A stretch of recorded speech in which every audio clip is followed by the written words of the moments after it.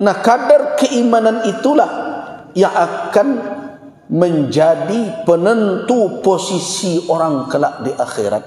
Jadi bukannya di dunia saja. Kadar keimanan itulah yang akan menentukan posisi orang di akhirat.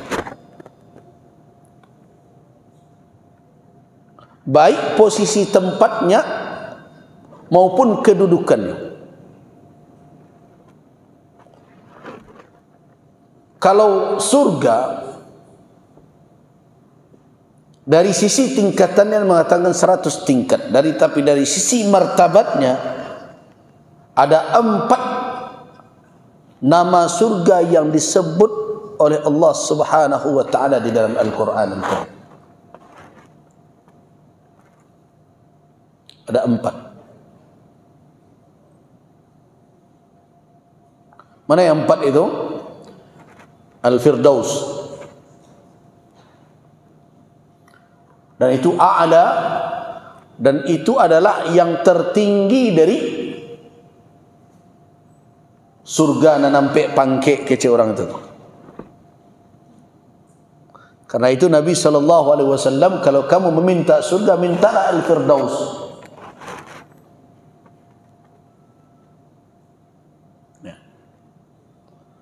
Kemudian berikutnya ada yang disebut dengan Jannatul Ma'wa.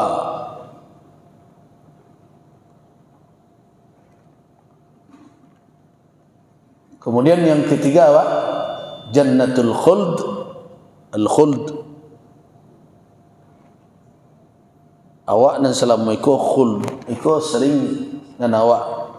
Danga adalah batang kayu, buah khuldi, yang gitu. Padahal penamaan batang kayu itu sebagai batang khuldi itu iblis yang menamainya tuh. Ya. Iblis yang menamai pohon yang tidak boleh didekati oleh Adam alaihissalam ketika berada di surga itu sebagai sajaratul khuld. Siapa? Iblis. Allah Subhanahu wa taala memberi namakah pohon kayu itu? Tidak. Allah cuma ingatkan Adam, wala taqraba hadhihi syajarah, dengan Hawa, jangan kamu berdua mendekati pohon ini. Nah, datanglah iblis memberi was-was. Di mana ditemukan?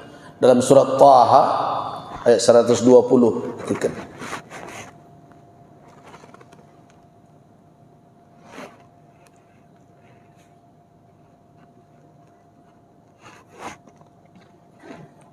Apa kata Allah memberitakan peristiwa itu? Fawaswasa ilaihi syaitan qala ya Adam hal adulluka ala syajaratil khuld wa mulkin la yabla. Kemudian syaitan membisik-bisikkan kejahatan yang jahat kepadanya dengan berkata, hai Adam, maukah engkau saya tunjukkan pohon khuldi?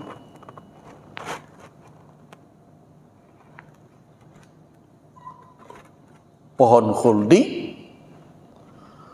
wa mulkin, dan kekuasaan la yabla, yang tidak akan usang, yang tidak akan binasa. Mau tidak kamu? Jadi siapa yang menamai pohon kayu itu pohon khuldi? Iblis. Untuk apa dia namai itu? Supaya Adam mempercayai kalau dia mendekati pohon itu atau memakan buahnya, dia akan khuld, akan kekal. Maka itu dia pakai teori kamuflase nama namanya. Jadi berhati-hati. Di menamai yang buruk itu baik, itu perangai iblis sejak dulu tuh. Menamai suatu yang mudarat itu mendatangkan manfaat, perangai siapa?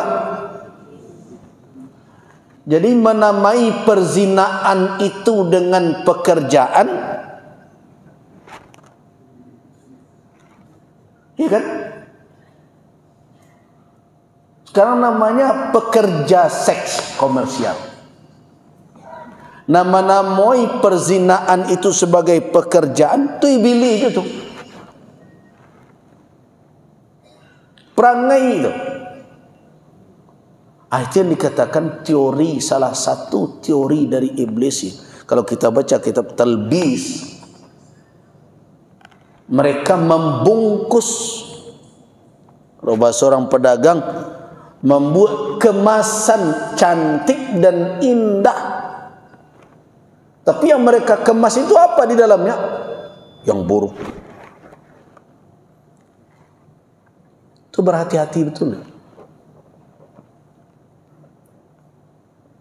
Dan tidak sedikit hari ini manusia terjebak dengan packaging itu, dengan bungkus lahir yang menarik itu.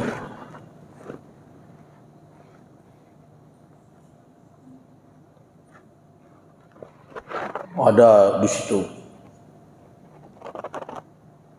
tempat karaoke keluarga. Ada mangguk-angguk belum? Oi, kok keluarga sekerupo calon berkeluarga masuk je.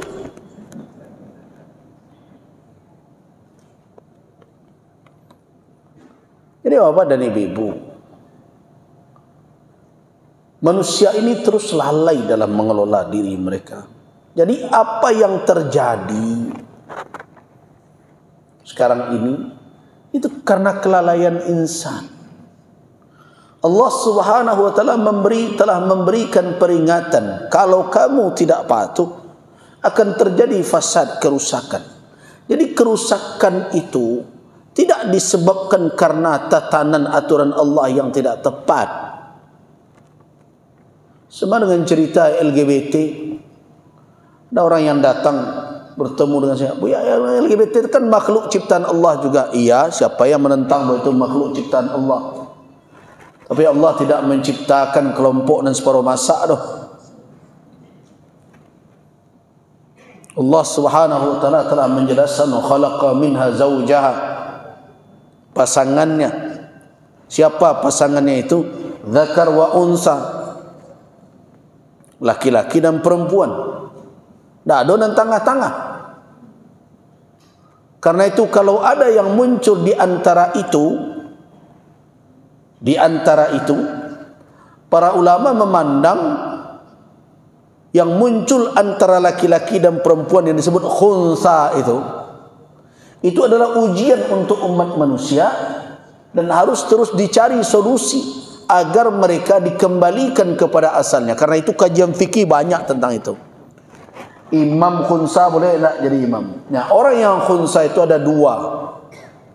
Khunsa itu tidak sama dengan LGBT sekarang. Perlu diingat. Orang kadang-kadang asal saja.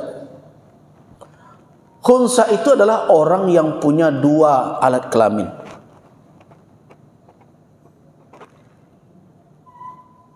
Itu yang khunsa. Kalau yang sekarang ini mutakhannis namanya. Bukan khunsa. Yang sekarang muncul itu, dia tidak punya dua alat kelamin. Itu laki-laki yang kepedusi-pedusian, atau laki-laki melambai, atau pedusi dan kejantanan. Itu sebenarnya yang muncul sekarang ini. Ini bukan khunsa dalam fikih itu ya. Yang katakan kalau memang ya, tentu ulama ada membahas khunsa. Khunsa itu orang yang punya dua adat kelamin. Karena itu akan dikaji oleh ulama. Dari dua, mana yang aktif?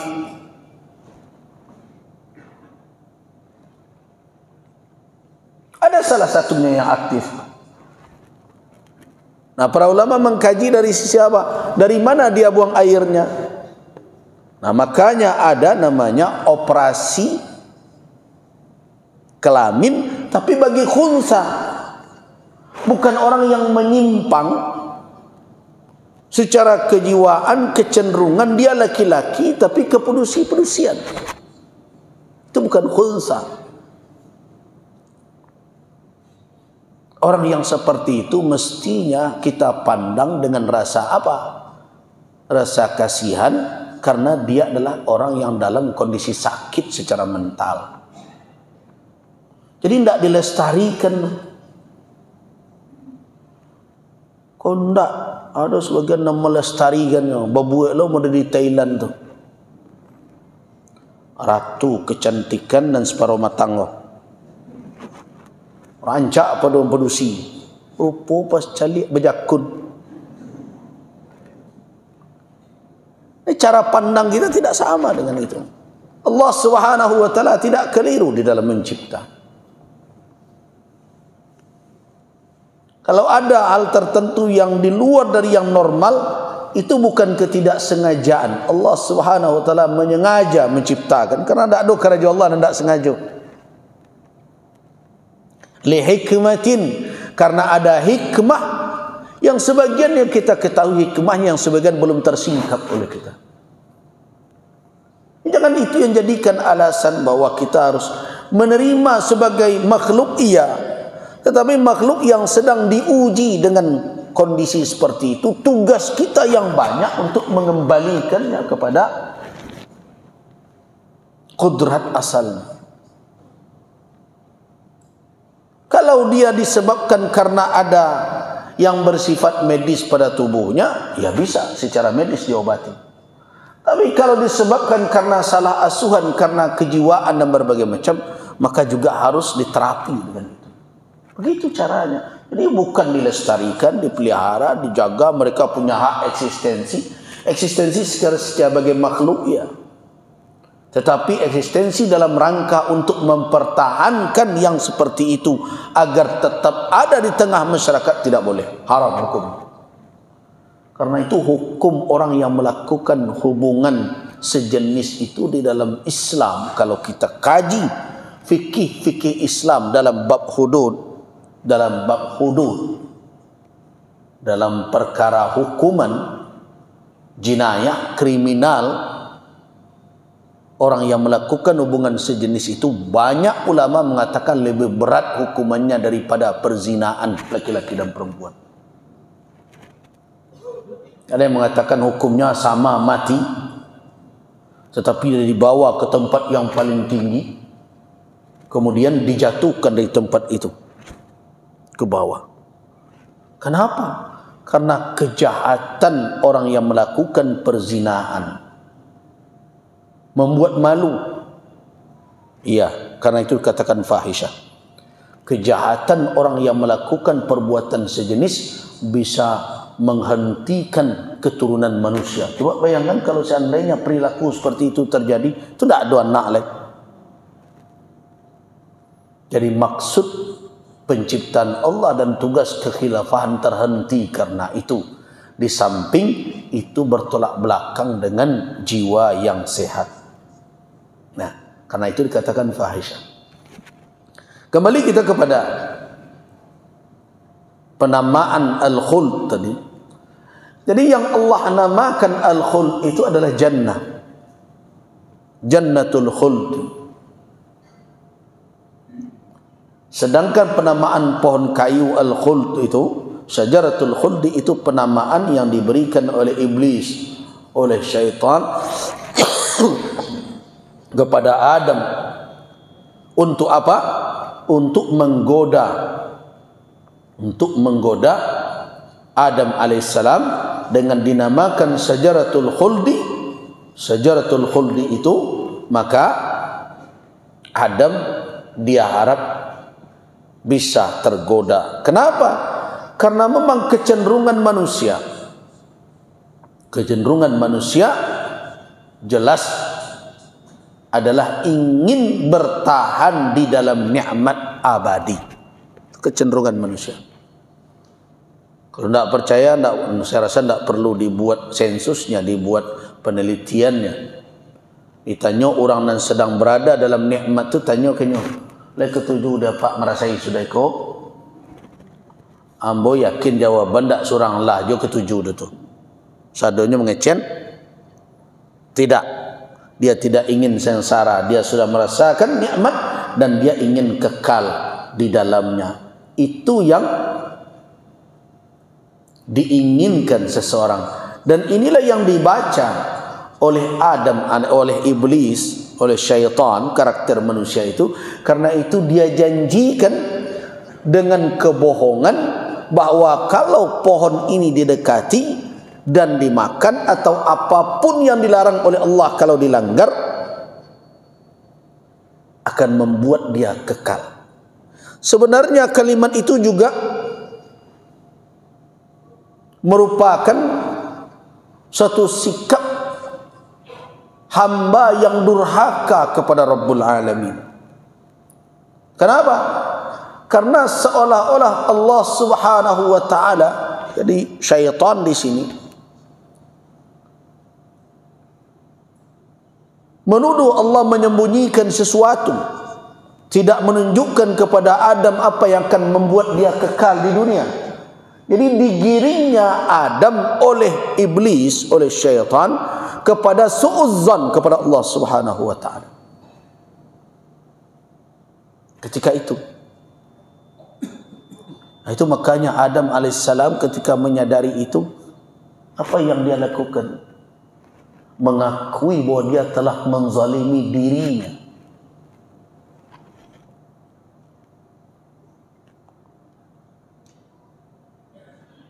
Jadi tersimpul di dalam kalimat itu, adulluka, maukah aku tunjukkan engkau ila syajaratil khuldi, kepada pohon khuldi. Jadi secara tidak langsung iblis menuduh Allah menyembunyikan apa yang bisa menjadi penyebab kekekalan Adam di dalam surga. Karena itu dia namakan itu. Nah, jadi pohon khuldi itu adalah penamaan syaitan. Allah Subhanahu wa taala tidak menamakannya itu pohon khuldi. Karena itu kalau saya ditanya pohon apa yang dilarang oleh Allah untuk didekati oleh Adam dan Hawa, ya pohon yang ada di surga. Saya tidak tahu namanya. Pohon khuldi itu adalah penamaan syaitan. Nah, sampai di sana saja cerita. Jadi kalau ada pula kajian, Bapak dan Ibu, kadang kan senang mendengar kajian-kajian begitu. Ada ndak lebih dari itu ceritanya? Ndak ada lagi. Adolan nam ngece mencerita sabananya Adam kolek kue ko. Tapi Hawa nam pertama kanai. Hanya godanya lah udahnya. Ada awak senang dengar kaji serupa itu. Tak dari mana ada pek cerita ko. Nyobujuknya dah makan jola dah ni nak. Akulah perangai ibu-ibu sejak dulu. Akan naik ibu.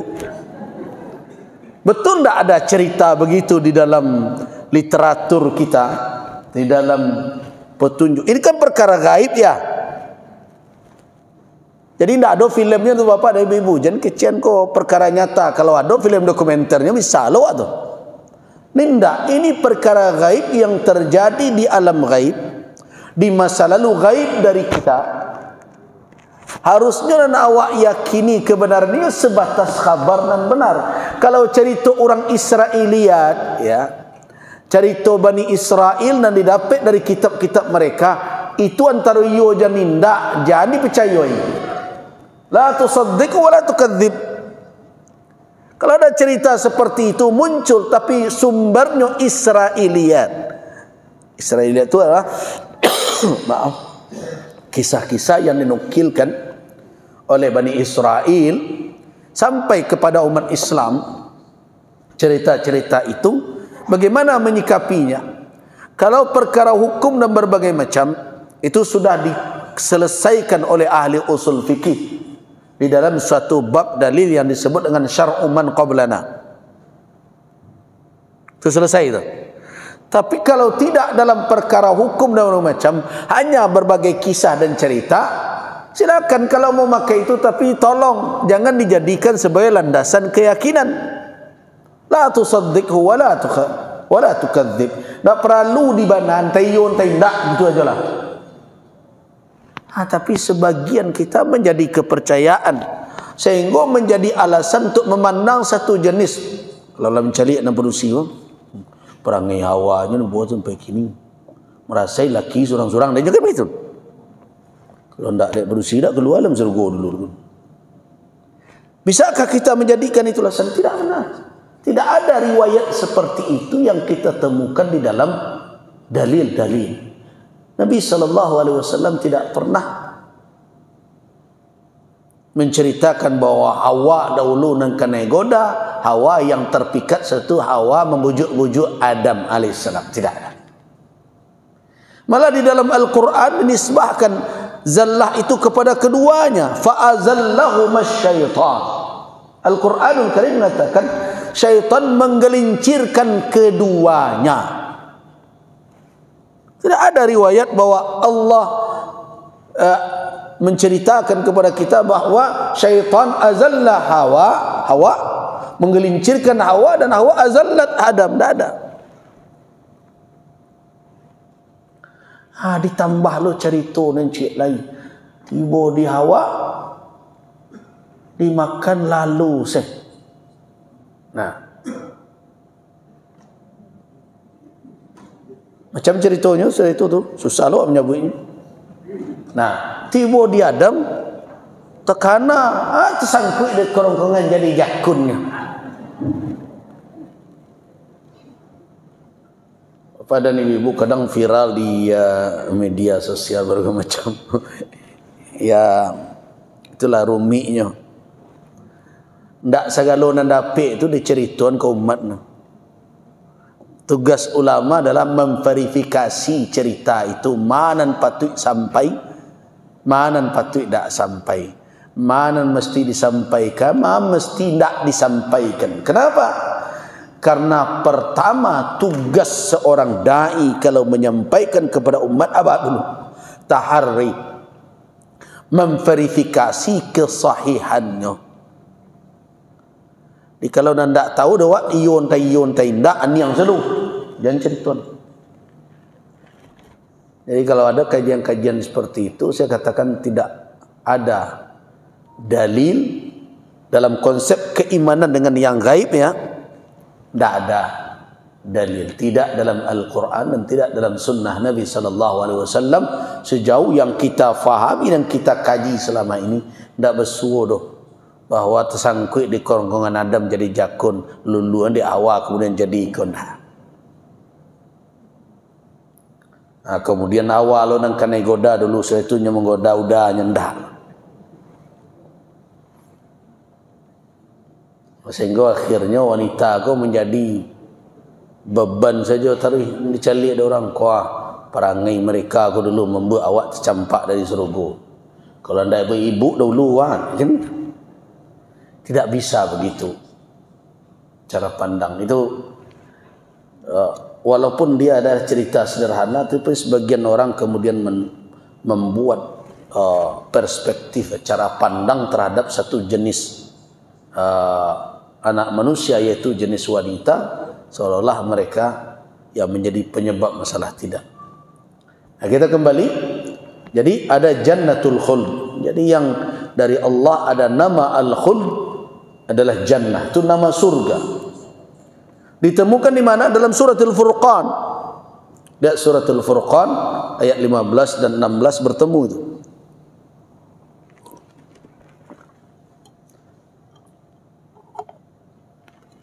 Qul adzalika khair am jannatul khuld allati wa'ida al-muttaqun kanat lahum jazaa'an wa masira lahum fiha ma yasha'un khalidin kana ala rabbika wa'dan mas'ula. Nah, di situ disebut oleh Allah salah satu surga namanya Jannatul Khuldi. Sedangkan Jannatul Firdaus banyak ada dalam surat Al-Kahfi misalnya.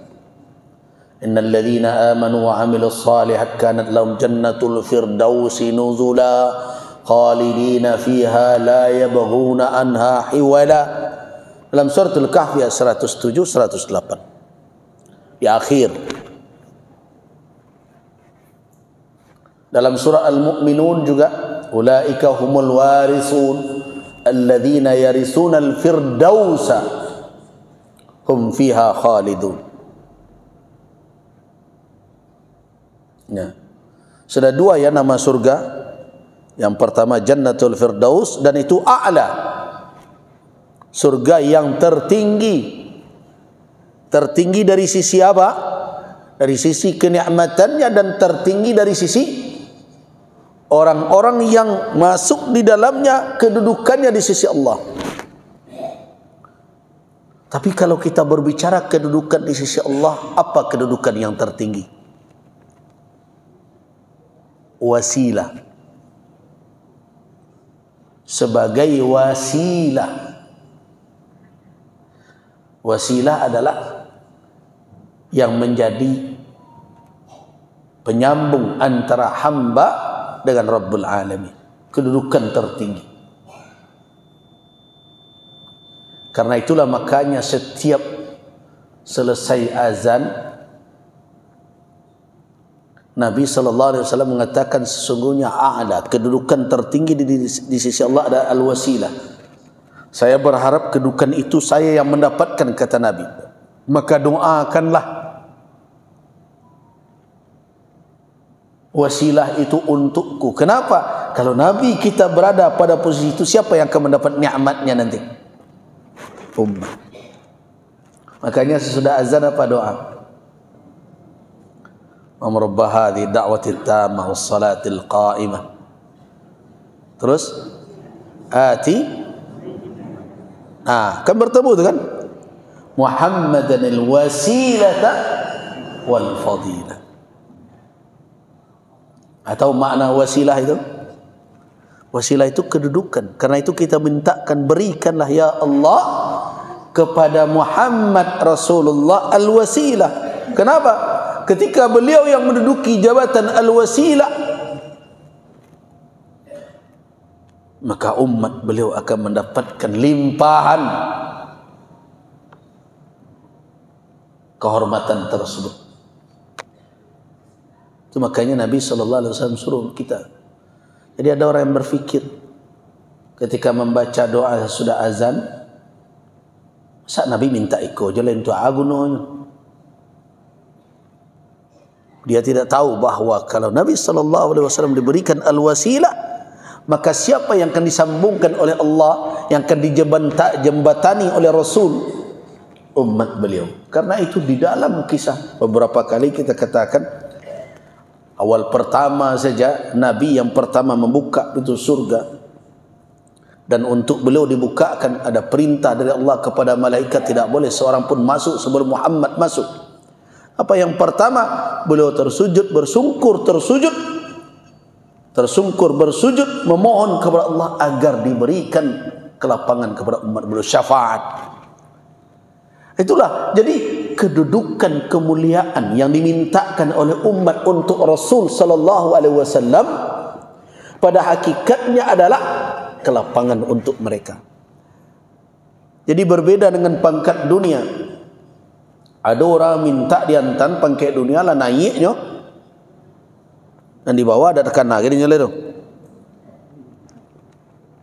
Kecuali ketika nyo keminta balik model kini, kenalnya lawak balik tu. Nah, akan teorinya sama bak teori menjek tang pinang tu. Teori menjek tang pinang kan aja model itu. Dan di bawah malah saya je lah kena pijak. Nah, tibalah di hati itu, nyo pilih yang ketujuh dia dulu. Tidak ketujuh baru jemput.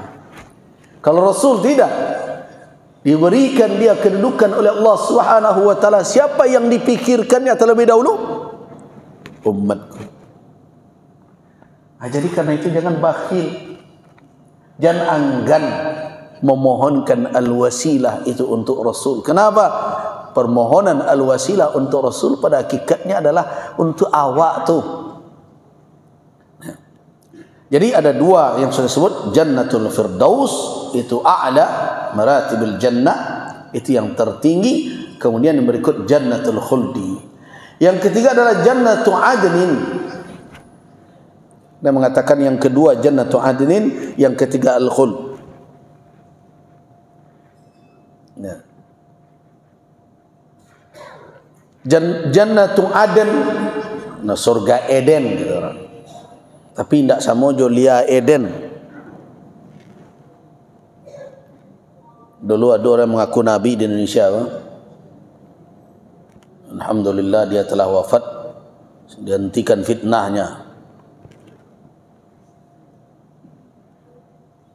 Ini fitnah orang-orang yang tersesat ini, yang tidak mau kembali kepada yang benar, ini berbahaya untuk umat. Saya mendengar ada laporan, coba bapak dan ibu-ibu perhatikan nanti, kalau iya harap itu dilaporkan segera. Katanya di Car Free Day, tapi saya belum konfirmasi, tapi sudah ada yang menelpon bahwa ada sekelompok orang Ahmadiyah berdiri sepanjang jalan itu dengan kelompoknya memperkenalkan diri. Ini tidak benar ini. Ahmadiyah itu telah difatwakan oleh MUI bahwa itu adalah aliran sesat, bahkan kesesatan mereka membuat mereka keluar dari Islam. Mereka bukan Islam.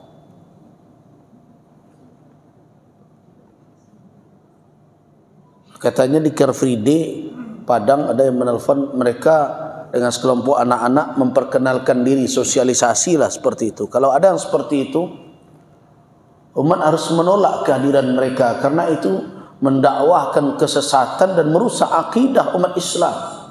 Dan saya berharap aparat jangan sampai hal seperti itu dibiarkan.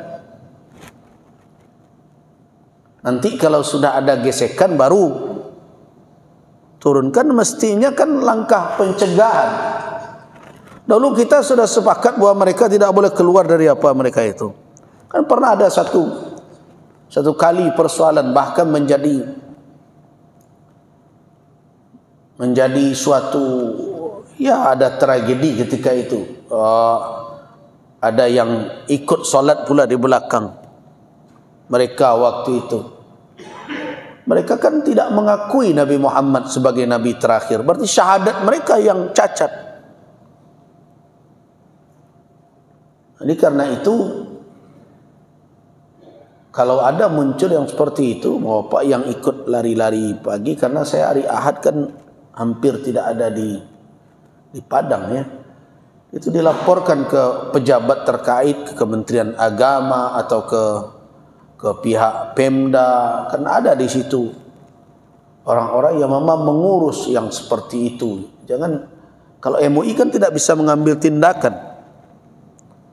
Sikap MUI sudah jelas, Ahmadiyah bukan Islam. Mereka kalau mau Islam lagi, mereka tinggalkan Ahmadiyah, bertaubat.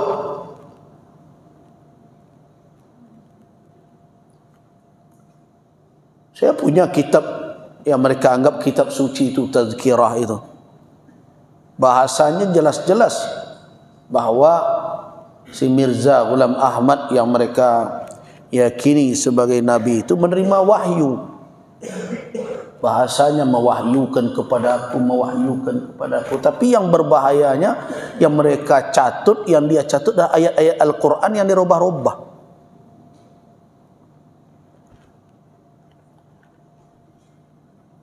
Jadi itu, ini karena Eden tadi, dulu ada Lia Eden tuh.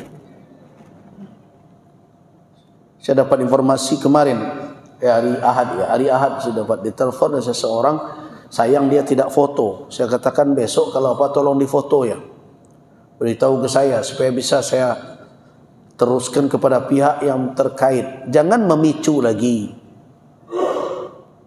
Ini situasi-situasi seperti ini, ada saja yang memancing-mancing keadaan seperti ini yang bisa saja merusak nanti. Kemudian digiring pula kepada masalah politik. Padahal sikap kita jelas, selama ini diam saja. Kenapa? Siapa pula yang menggerakkan di belakang itu? Nanti kalau ada yang bereaksi, itu tanda intoleran berbagai macam. Nah, saya berharap yang seperti itu ditangani cepat. Jangan nanti setelah umat bereaksi baru umat yang dipersalahkan. Kita lanjutkan. Jannatu Adnin ada dalam surat Sad ayat 49 sampai 54. Wa innal muttaqina la husna ma'ab jannati adnin mufattahatan lahum al-abwab muttaqiina fiha yad'una fiha bifakihatin kathiratu wa syarab wa indahum qasiratut tarfi atrab. Jadi di surga Aden itu pasangan-pasangannya qasiratut tarf, lindok pandangan matonya, ndak tajam ke mana-mana, dan dicaliak pasangannya saja. Kemudian hadza ma tu'adun li yaumil hisab inna hadza la rizquna ma lahu min nafad.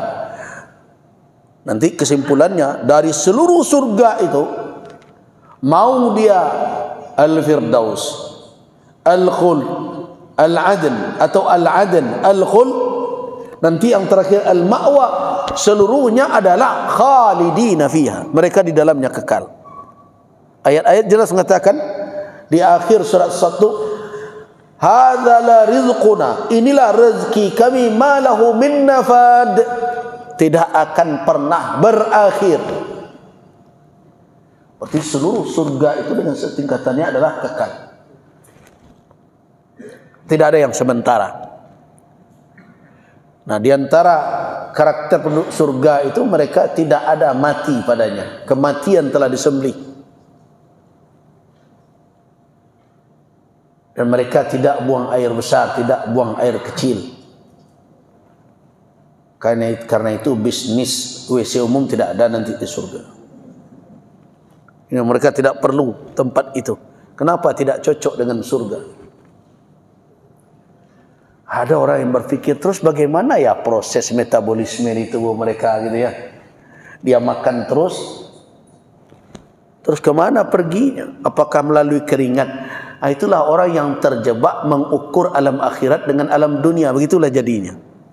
Dan dipikirnya caronyo dan masuk ado keluar tidak. Nak sakit orang dia tu. Itu adalah sunnatullah yang berlaku di alam dunia. Sedangkan ketentuan Allah yang berlaku di alam lain tidak sama. Jangankan dengan alam surga. Kira-kira bayi baca rupanya bayinya ya, ketika di dalam rahim. Tapi dia dapat makanan enggak? Dapat kan? Dari mana dia makan? Asupan dari ibunya kan? Melalui tali pusarnya. Itu kata ahlinya. Saya tidak ahli ya. Itu. Tapi kata ahlinya mereka makan juga. Mereka mendapatkan asupan gizi makanan. Tapi apakah mereka buang air kecil? Buang air besar? Tidak. Kalau di alam rahim saja, yang keberadaan alam rahim itu masih di dunia juga bisa terjadi. Mana kok panik mana mikirin tentang alam surga yang orang tidak la yataghawwad, yang tidak buang air kecil, tidak buang air besar itu. Jadi orang yang menolak, ada sebagian orang yang kadang karena mendengarkan itu dia tolak. Wah, tidak benar ini cerita tentang surga begitu. Kenapa? Karena kita terjebak terus melihat atau mengukur alam akhirat, surga itu dengan apa? Dengan alam dunia. Padahal aturan sunnatullah di dunia ini banyak tidak diberlaku, bahkan tidak berlaku lagi di akhirat. Mati sunnatullah di dunia. Di akhirat, di surga adakah mati? Tidak ada mati lagi. Tidur. Apakah orang di surga itu tidur? Mereka tidak tidur. Cuma kalau tidur, kalau tidak tidur, tidak lalu-lalu, tidak damamnya tuh. Nah, kan begitu cara berpikir kita. Sakitnya tuh tidak lalu-lalu doang. Awak saya tidak lalu 3 hari sempoyongan badan. Ya karena ukuran yang kita pakai, kalau begitu berkesimpulan, itu ukurannya adalah ukuran dunia, kemudian dibawa untuk melihat alam akhirat. Di situ tidak tepatnya. Di situ Allah Subhanahu wa taala memperlakukan aturan lain, memperlakukan ketentuan lain, memperlakukan karakter lain. Itu makanya kalau terus perkara surga dan neraka akhirat itu diukur dengan ukuran-ukuran material duniawi, maka orang tersebut tidak akan menemukan kebenaran. Tidak akan menemukan kebenaran dan akan goyang terus kepercayaan. Tetapi ketika dia lepaskan, sekarang kita tidak berbicara dunia. Dunia dengan proses metabolisme, ada asupan yang dimakan, ada yang keluar. Orang bisa dalam kondisi letih, ketika letih muncullah begini saraf-sarafnya perlu pengendoran dan tertidurlah dia. Itu ukuran apa? Ukuran duniawi. Ketika kita berbicara ukhrawi, masalah akhirat, perkara surga, kita tidak lagi memakai ukuran-ukuran duniawi. Nah, karena itu Allah telah katakan itu tasyabuh saja. Ada sebagian yang mirip tetapi dia berbeda secara hakikat. Wa utubi mutasyabiha. Kemudian surga Aden atau Jannatu Adnin juga ada di dalam firman Allah surat At-Taubah ayat 72.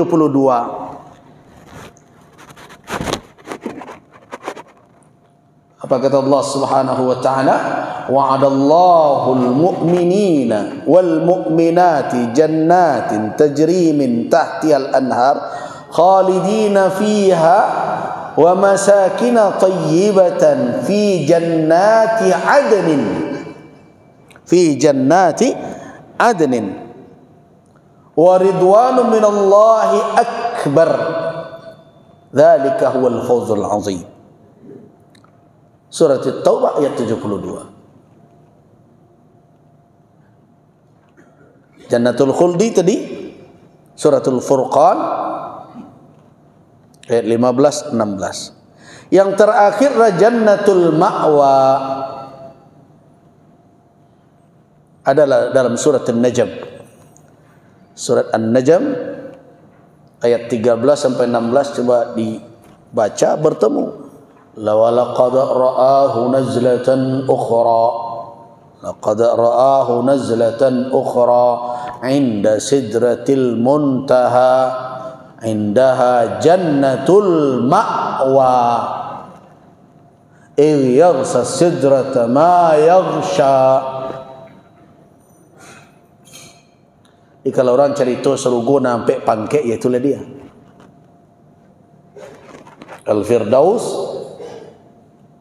Adnin, Al-Khul, Al-Ma'wa. Ada mengatakan Al-Khul, Aden di atas. Ada mengatakan Al-Khul di atas.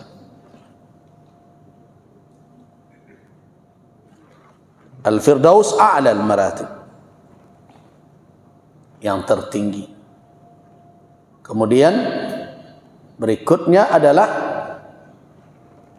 Aden, Al-Khuld, Al-Ma'wa. Bapak dan ibu-ibu, jamaah rahimakumullah.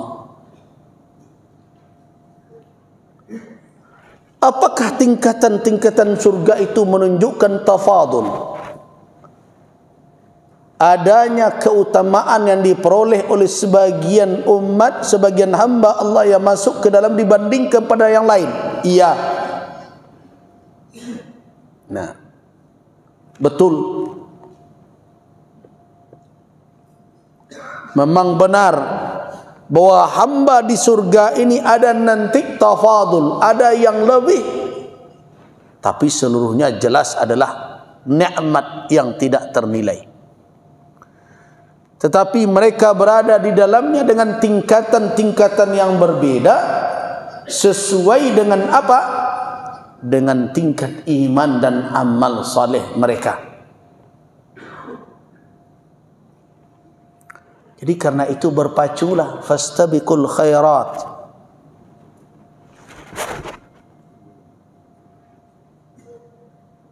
Jadi tidak sama kedudukan orang di surga itu. Ada yang berada pada tempat yang tinggi, yang mendapatkan Al-Firdaus. Dan bagaimana jaraknya antara satu tingkat dengan yang lainnya?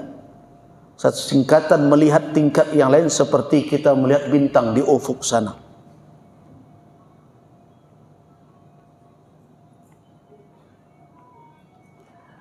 Nah, sekarang kita bicara siapa nanti yang terakhir untuk menunjukkan tingkatan itu. Yang terakhir masuk surga itu siapa?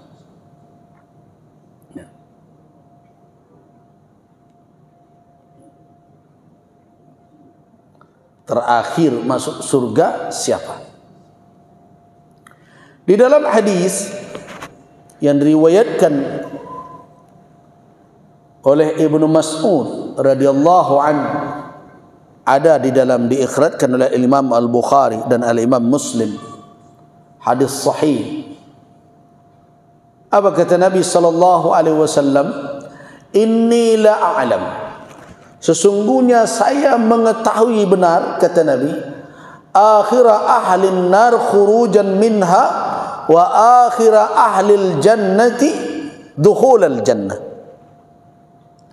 Sungguhnya saya tahu, kata Nabi, siapa akhir dari penduduk neraka yang dikeluarkan dari neraka. Nabi tahu. Dan dialah akhir penduduk surga yang dimasukkan ke dalam surga. Kan kita sudah cerita bahwa di antara orang yang masuk ke dalam neraka itu ada yang dibangkit dari neraka. Di antaranya adalah karena mendapatkan syafaat dari kawan-kawan. Tentu ada syafaat Rasul juga yang lebih besar dari itu. Maka saya akan berpesan, berkawanlah dengan orang-orang yang akan menjadi kawan kita sampai ke akhirat kelak. Jangan kawan di dunia saja. Di mana tempat mencari kawan untuk di akhirat itu? Ya di majlis seperti ini. Di tempat-tempat kita sama-sama beribadah. Karena alasan mereka apa kepada Allah ketika melihat sebagian dari saudara-saudara mereka terjatuh ke dalam neraka? Ya Rabb, wahai Tuhan, mereka adalah saudara-saudara kami. Yasumuna ma'ana wa yusalluna ma'ana. Mereka puasa bersama-sama kami dulu, mereka salat bersama-sama kami. Itu makanya diputuskan oleh Allah, sudahlah kalau begitu pergi cari kawan kalian itu. Akhirnya Allah Subhanahu wa taala haramkan tubuh penduduk surga ini disentuh oleh api neraka, sehingga mereka masuk tidak terbakar oleh api neraka itu. Nah, mereka ambillah, mereka bawalah saudara-saudara mereka yang mereka kenal di dunia, yang sama-sama beribadah, sama-sama taat. Ya, apapun bentuk mereka bersama di dalam kebaikan itu menjadi alasan untuk mereka membawa saudara mereka ke surga. Jadi karena itu, sampai nanti orang yang sedikit saja sebesar zarrah ada keimanan dalam hati akan dibangkit. Nah, kata Nabi sallallahu alaihi wasallam, "Inni la a'lam", sesungguhnya aku mengetahui benar akhir penduduk neraka yang dikeluarkan dari neraka, dan dialah yang terakhir masuk surga. Nah, orang itu keluar merangkak, kata Nabi, zuhufan, tidak tegak berjalan. Fayaqulullah, Allah berfirman kepada orang itu, idhab fadkhulil jannah, pergilah engkau dari neraka ini, masuklah ke dalam surga, kata Allah.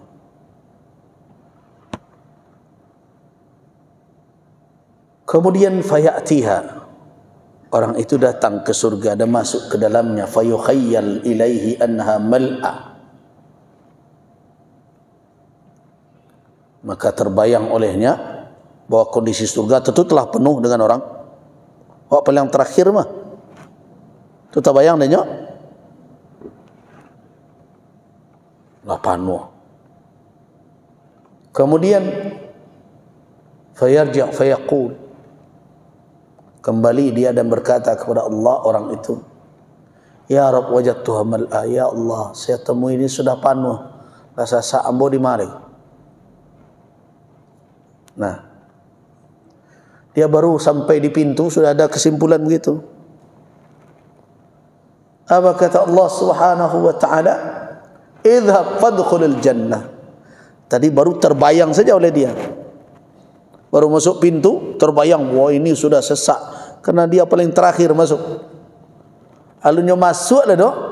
Dah balik kalau ya Allah tu lah panuh kini ke mana boleh tampakmu. Kata Allah, idhhab, pergilah kau masuk ke dalam tu. Udkhilil jannah. Masuk ke surga itu.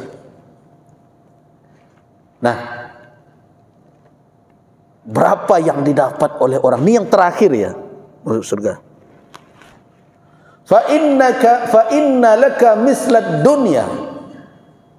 Engkau mendapatkan semisal dunia di dalam yang terakhir. Wa asrata amsalha, dan 10 kali lipat semisalnya. Yang terakhir masuk surga apa kata Allah? Fa inna laka mithlad dunya wa asrata amsalha. Engkau mendapatkan seperti dunia dan 10 kali lipat. Nah, mendengarkan itu apa kata hamba tadi kepada Allah? Fa yaqul ataskharu bi, ya Allah engkau permainkankah saya?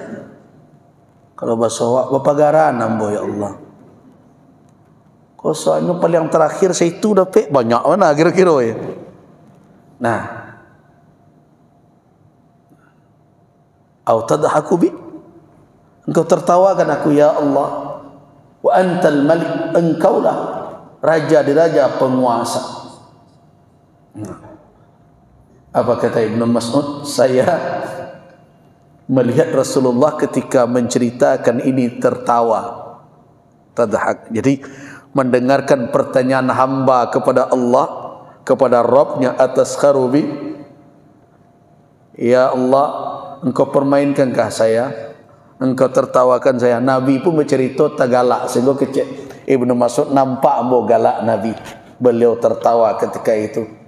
Dhahika hatta badat nawajizu, sampai nampak gusi beliau karena beliau tertawa mendengarkan atau menceritakan hamba tadi bertanya kepada Rabb, mendengarkan ini yang terakhir dapat jatah masuk surga, dapat dunia dan 10 kali lipat. Nah,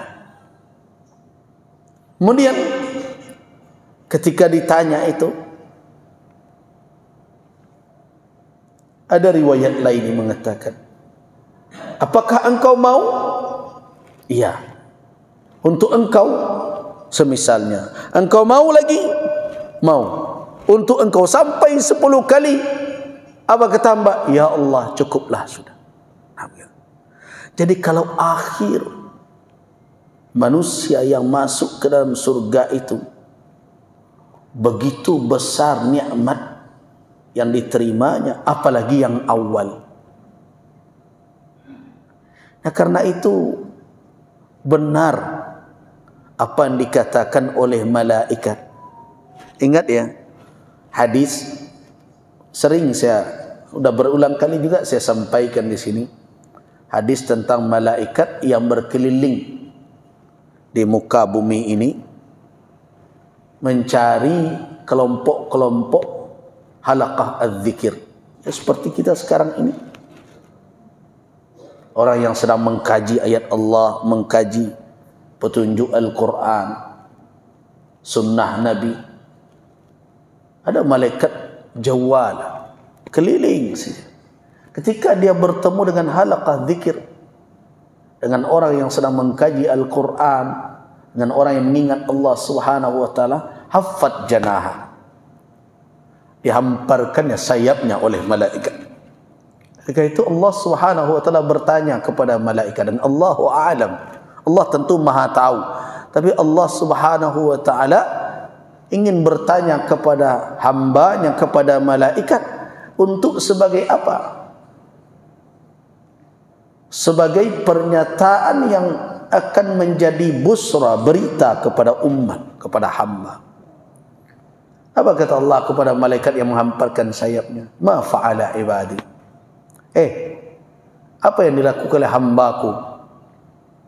Maknanya karena malaikat menghamparkan sayapnya, apa yang dilakukan oleh hamba-hambaku itu? Apa jawaban malaikat? Yadhkurunak. Mereka mengingat engkau, berzikir. Yumajjidunak. Menyanjung engkau, memuji engkau. Kemudian Allah bertanya lagi. Wa mimma yahrabun. Apa yang mereka hindari? Menarik neraka engkau ya Allah. Hal ra'au nari, kata Allah. Apakah mereka sudah melihat neraka aku? Apa jawaban malaikat? Qalat la. Belum ya Allah. Kata Allah, wa kaifa idza ra'au? Bagaimana kalau seandainya mereka melihat neraka itu? La ashaddu minha harab. Tentu mereka akan lebih dahsyat lagi berlari menghindarinya. Wa ma yatlubun. Terus apa yang mereka minta, yang mereka cari? Apa kata malaikat? Jannataka. Surgamu ya Rabb, surga. Apa kata Allah? Hara'au jannati. Apakah mereka sudah melihat surga aku? Apa jawaban malaikat? Qalat la. Belum ya Allah. Wa kaifa idza ra'awha? Kata Allah, bagaimana ya kalau seandainya mereka telah melihat surga itu? La ashaddu laha talaba. Tentu mereka akan lebih dahsyat lagi meminta, mencari, menuntutnya. Nah, mendengarkan itu apa kata Allah? Aku berikan apa yang mereka minta dan aku lindungi mereka dari apa yang mereka menghindarkan diri darinya. Itu kata malaikat, ya Rabb, ada seorang tadi tidak untuk itu sebenarnya tiba tu.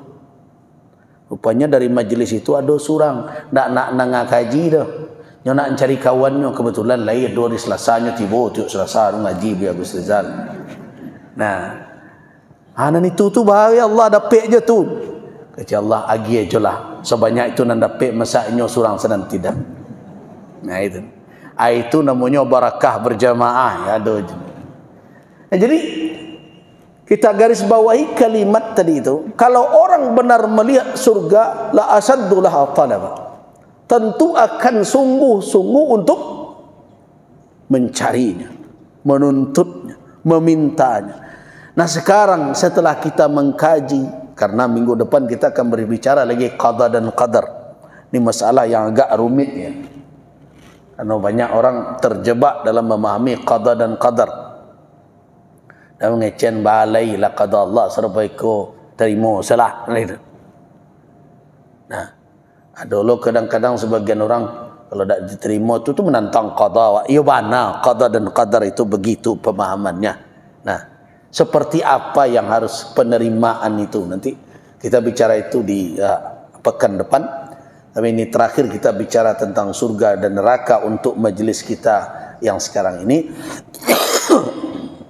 Kesempatan lain nanti kita sambung. Tapi yang ingin saya katakan, kalau benar kita telah sedikit banyaknya, karena tidak semua sifat-sifat surga dalam waktu yang sudah cukup lama kita bahas terhimpun oleh kita semua. Dan itu pun tidak menggambarkan secara penuh hakikat, karena hakikat yang sebenarnya mala ainun ra'at wala udhunun sami'at wa ma khatara fi qalbi basharin. Tidak terbayang oleh mata, tidak terngiang di telinga, dan tidak terlintas dalam hati, itu hakikatnya. Tapi setidaknya sudah banyak khabar-khabar yang sahih dari Al-Quran dan Sunnah yang sampai kepada kita tentang sifatul jannah, tentang karakteristik dari surga yang dijanjikan oleh Allah untuk hambanya yang bertakwa. Apa alamat, apa tanda bahwa kita telah punya ma'rifah ilmu tentang itu? Dan apa buktinya bahwa kita telah mengimani kebenaran tentang surga dengan segala nikmatnya itu? Dan apa bukti kebenaran iman kita bahwa kita telah mengimani keberadaan neraka sebagai azab Allah dengan segala dahsyat azab yang ada di dalamnya? Apa buktinya? Nah, pada kalimat malaikat dalam hadis tadi itulah sebenarnya orang yang tahu surga ashaddu laha talaba. tidak akan pernah merasa lelah untuk mencarinya, menuntutnya, memintanya. Jadi nak orang naniyo serugo tu kalau orang panik beramal. Kan Allah ku ajo lain. Kalau orang nak iyo serugo, asyaddu laha talaba. Tidak akan pernah merasa letih. Lah masuknya di dalam, barunya lepeh paniknya situ. Di kalau kini jam berlepeh panik berbuat amal. Itu makanya apa kata ulama? Belum akan aman hati seorang mukmin sebelum meninggalkan jisr jahannam, sebelum meninggalkan jembatan yang membentang di antara dua tebing neraka di belakang punggungnya. Alun di belakang awak alai siratul mustaqim itu, lunado akan aman rasuh hati seorang beriman. Nah, karena itu kalau orang bertanya apa bukti iman kita dengan jannah, dengan segala nikmatnya dan sifatnya, asyaddu laha talaba, tidak akan pernah letih.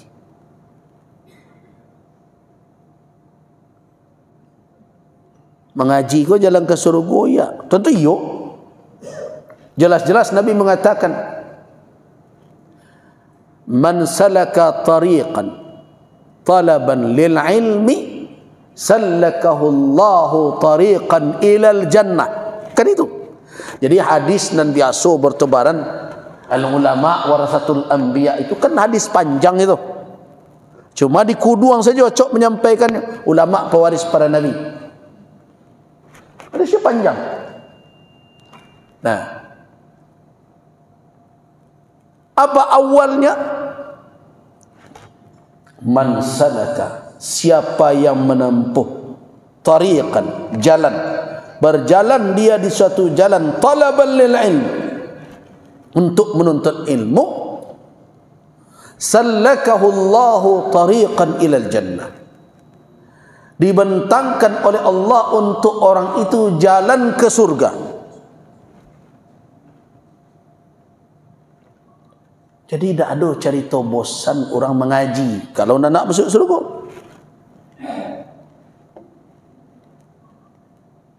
Kau hendak mengaji kalah de urusan senam. Coba yang baca masuk surga benda itu. Nah, mengaji kalah de urusan arisan. Padahal ini sarih, tegas-tegas Nabi katakan, melangkah kita dari mana-mana, saya tahu dari Belimbing, dari mana, melangkah saja dari pintu rumah, salaka tariqan, menuju ke majlis ilmu, memang tujuan mendapat ilmu, salaka Allah, dibentangkan oleh Allah jalan menuju ke surga. Nah, orang yang benar-benar sungguh itu baru satu jalan. Berapa jalan lain? Membangun masjid dibangunkan oleh Allah, rumah di surga. Begitu banyak janji. Orang yang benar-benar beriman dengan adanya surga dengan segala nikmatnya dan sifat-sifatnya itu, maka kata malaikat, kaifa idza ra'auha, kan kata Allah bertanya, ya malaikat, bagaimana kalau orang-orang yang berzikir, orang yang berkumpul itu benar-benar melihat surga itu? La asyad, tentu kalau mereka melihatnya, mereka akan lebih dahsyat lagi talab, meminta, menuntut, mencarinya, ya Allah. Itu alamat tandanya itu. Jadi tidak ada bosan orang berbuat kebaikan selama itu membentangkan jalan ke surga baginya. Dan mereka tidak akan bosan berlari dari jalan yang akan membentangkan menuju menggiring dia ke neraka. Jadi kalau orang beriman dengan neraka, iman dengan neraka, dengan adanya, dengan segala azab yang ada di dalamnya, kalau betul dia beriman dengan hakikat itu, apa tandanya? La asyaddu minha haraba, tentu orang itu akan lebih dahsyat, lebih kencang lagi larinya menghindar jalan itu. Jadi makanya jalan ke neraka itu tidak pernah dihampiri orang.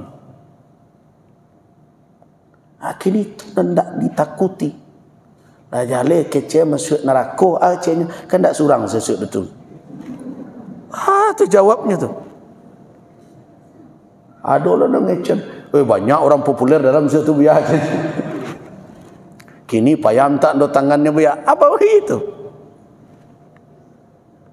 Jadi alamat. Nah, tugas kita setelah mengaji ini mencari alamat itu pada diri awak seorang-seorang. Yo layado tonda. So umur aku tak tahu apa-apa dari ibu. Tabar aja tah dan tinggal ada awak lagi seorang-seorang. Wallahu a'lam. Ya kita berharap di akhir nafas yang kita hembuskan itu, yang ada di dalam diri kita adalah kerinduan untuk bertemu dengan Allah Subhanahu wa taala, mendapatkan apa yang ada di sisi. Lihat Nabi. Bapak dan Ibu di kisah wafatnya Nabi. Kalau kita baca cerita nukil oleh Abu Muwaihibah. Beliau maula Rasul. Beliau adalah yang melayani Rasulullah selama ini. Apa kata beliau? Ya Aba Muwaihibah. Wahai Abu Muwaihibah. Inna abdan khayyarahu rabbuhu. Sesungguhnya ada seorang hamba yang diberi pilihan oleh Rabbnya. Antara apa? Antara ad-dunya wa zaharatiha wal khuldi fiha wa ma inda rabbih. Jadi Nabi sebelum wafat diberi pilihan oleh Allah. Seorang hamba, kata Nabi, diberi pilihan oleh Rabbnya. Antara apa? Antara dunia dengan segala kemewahannya, kekayaan ada di tangan, wal khulda fiha, dan kekal di sana sampai hari kiamat. Itu pilihan pertama. Pilihan yang kedua apa? Wa ma inda rabbih. Bertemu dengan Allah, al-liqa, dan mendapatkan apa yang ada di sisi Rabbnya. Dua pilihan. Ini orang beriman kalau memilih. Dan itulah tauladan kita. Apa kata Abu Muwaihibah? Ya Rasulullah, liya'khudh al-awwal wa liyakhtar as-sani. Ya Rasulullah, sebaiknya hamba itu ambil yang pertama, pilih yang kedua. Sudah dia memilih namanya itu. Kita Abu Muwaihibah ambil yang pertama, yang kedua jangan lepian. Kalau awak dia doa mereka itu itulah jawab awak. Tapi kata Nabi, laqad ikhtar, hamba itu telah menjatuhkan pilihannya. Ikhtara ma inda liqa'a rabbih wa ma inda rabbih. Yang dipilih oleh hamba itu bertemu dengan Rabbnya dan mendapatkan apa yang ada di sisi Rabbnya. Itu pilihan. Nah di dalam kehidupan ini Bapak dan Ibu, ndak sadonyo jalan ko lurus saja di muka awak. Kadang jalan tu bersimpang. Yang awak harus memilih, tak mungkin kedua-duanya ditampuh. Nah kalau kita memang kita beriman dengan kebenaran apa yang disampaikan oleh Al-Quran dan Sunnah, dan segala kenikmatan yang ada di sisi Rabbul Alamin, tanda iman itu kita pandai memilih yang tepat. Itulah alamat iman. Jadi tidak sama orang yang berilmu tentang hari akhir, tentang segala proses yang harus dilalui sampai nanti jannah atau nar, surga atau neraka, dengan orang yang imannya percaya hari akhir tidak percaya. Tidak sama. Tidak akan sama orang la ya'lamun dengan ya'lamun. Orang yang tidak berilmu dengan orang yang berilmu. Nah, saya berharap jamaah yang sudah mengkaji proses hari akhir sampai hari ini sudah selesai dalam batasan sederhana baru kajian kita, belum secara mendalam betul. hendaknya kita berubah, kita pandai memilih mana yang terbaik untuk kehidupan kita. Kita berharap di akhir nafas yang kita hembuskan, kita berada pada pilihan yang tepat dan benar, sehingga kalimat tauhid yang kita ucapkan itu memang bermakna di dalam kehidupan kita, insyaallah. Demikian, dan kita cukupkan sampai di sini sementara pada hari ini. InsyaAllah kita lanjutkan pekan depan. Waffaqanallahu wa iyyakum lima yuhibbuhu wa yarda. Wa billahi taufiq wal hidayah. Wassalamualaikum warahmatullahi wabarakatuh.